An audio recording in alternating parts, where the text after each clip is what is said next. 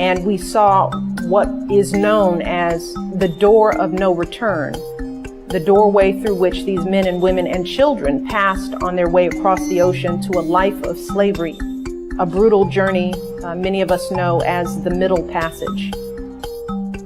Standing there, I thought about the terror and grief these people must have felt as they took their last steps through that doorway, knowing they would never again see their families or their country.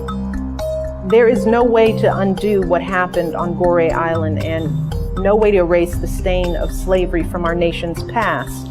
But there is also no denying the course that history has taken since that time. Since then, we've seen so many brave men and women rise up against slavery and segregation and injustice and inequality of all kinds.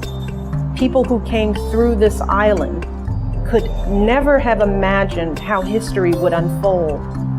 And they certainly could never have imagined that someone like me, a descendant of slaves, would come here and look back through that door of no return.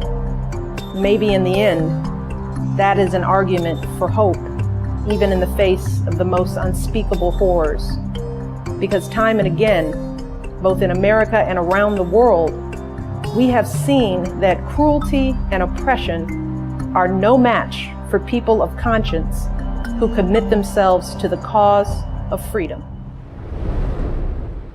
The House of Slaves is just one of many places that hold the painful echoes of the past.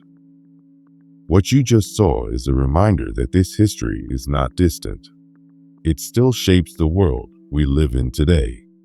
Now, let's continue as we uncover more about the impact of the Atlantic slave trade.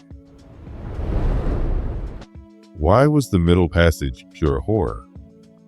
Imagine lying in complete darkness, the air thick with sweat and sickness, shackled to strangers, barely able to move, with only the sound of coughing, crying, and chains rattling in the distance. The stench of death clings to the air. The Middle Passage was not just a voyage, it was designed to break the human spirit. Shackled below the deck, Africans were crammed into spaces so tight they could barely move. Starvation and disease spread rapidly. Dysentery, smallpox, and malnutrition took their toll. Those who passed were discarded into the ocean like wasted cargo.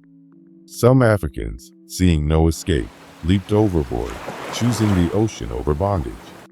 Yet even then, they were not free. Traders fished them back out, punishing those who tried to defy their fate. These ships were not vessels of passage, but prisons on water. Hundreds of men, women, and children lay chained in their own waste, suffering in unbearable heat and darkness.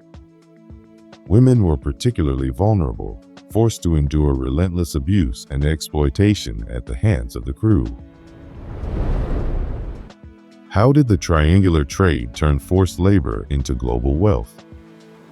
Once the Africans were secured, the ships turned westward toward the Americas, where an entirely different world awaited. They were marched off the ships like cargo, prodded, inspected, and sold to plantation owners eager to exploit their labor.